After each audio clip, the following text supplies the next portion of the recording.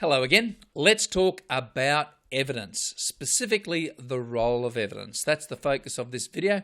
Let's launch straight into it. So, I'm going to start with a question. What does evidence mean to you? I'm just going to be quiet and let you think about that for 10 seconds. What does evidence mean to you?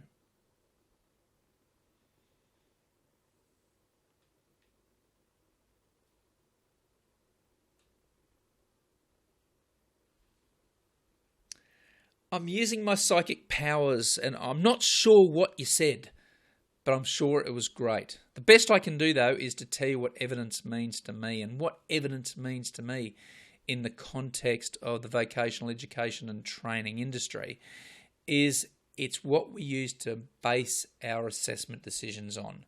We base it on evidence. That's how we make our assessment decisions. Nothing counts unless it's helpful evidence. I don't mind those CSI shows. I haven't watched one for a while, but one of the characters in one of the CSI shows, and I think it's CSI, not New York, not Miami, the original one out of Las Vegas. I think his name's Grissom or something like that. If you ever watch that show, he always goes on and on and on and on and on about the evidence. Follow the evidence. The evidence will lead you to the right conclusion. And it's very much the same in competency-based assessment. That's what we do. We track the evidence. We look for evidence and we follow the evidence. So what does evidence mean to me? That's my answer. But what's important here is the role of evidence, the role that evidence plays in helping us make our assessment decisions. And the first dot point here says, in a competency-based system, evidence is something that supports the candidate's claim for competency. So we're looking for something that supports what they're telling us, something that's going to help them obtain competency. The assessor will need to make a decision about whether the person being assessed has achieved the required competence. You need to be as a decision maker as an assessor. There's no way around it. You need to be able to make concrete decisions, yes or no, satisfactory or not yet satisfactory, competent or not yet competent. It's very difficult to avoid those conclusions. Hopefully you've got assessor guides and experience around you that makes it much easier and more confident to make those decisions. But at the end of the day, as assessors, we do make those decisions. Evidence, in fact, protects the decision. It's the proof, it's the justification for the decisions that we make.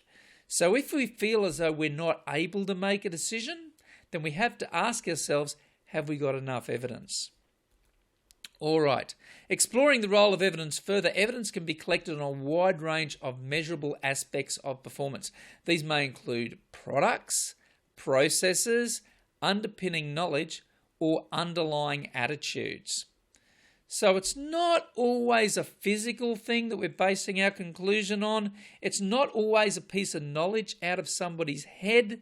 It can be any of those things, including underlying attitudes, which can be very difficult to assess. I've got to be honest about that. It can be difficult to assess someone's attitude and know if their attitude is actually being reflected by what you're seeing or what they're telling you.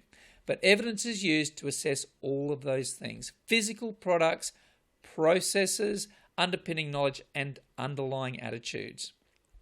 Now, where does the evidence come from? There's 5 sources of evidence. There's speaking, there's writing, there's making things, there's doing things, and there's third-party evidence where it comes not from the candidate, but from someone else. All of those 5 are all valuable sources of evidence. Please don't discount them, and please consider using a variety of different sources of evidence before you make your decisions as an assessor, because often it's much easier if you've got a variety of sources that you can choose upon to help you make a confident decision. And with that in mind, when we're making our decision, there's 3 ways we can collect evidence. The first one is pretty straightforward: direct evidence. That's when we see the evidence with our eyes. It's in front of our face. We see somebody doing something. It's collected and assessed in real time. They're sitting there in front of us, they're making something, they're doing something, they're sitting in front of us there, we're getting them to write down some answers, we're asking them questions and they're providing us answers, We're in a webinar environment where they're talking to us remotely. We're asking them questions and they're providing us the answers.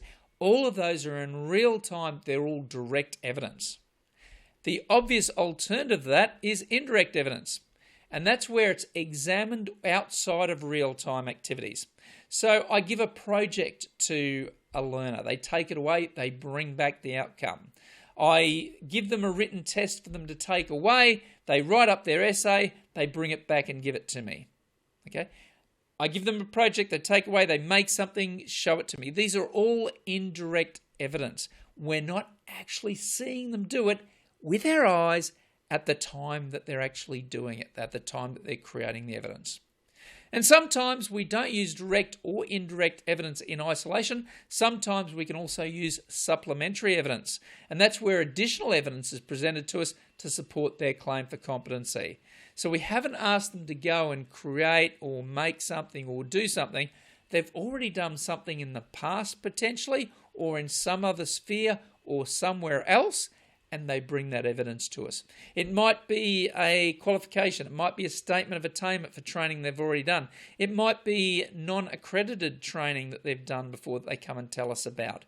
It might be other certificates. It might be other professional development programs. It might be a reference letter from someone else. So any of those possibilities are examples of supplementary evidence.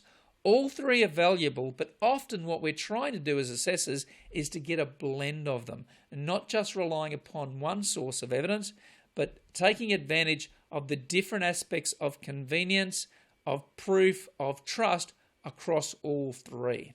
So we might get some direct evidence and some indirect evidence, or we might get some indirect and some supplementary, or some direct and supplementary, or maybe some of all three. And that's a really clever approach.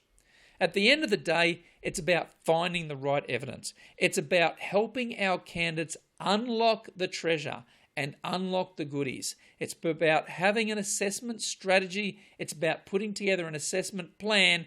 It's about having an assessment system that enables our learners and our candidates to unlock the treasure and present the evidence to us that we're looking for. We want to give them the opportunity to show us what they've got and what they've achieved. Good luck to you in unlocking your treasure.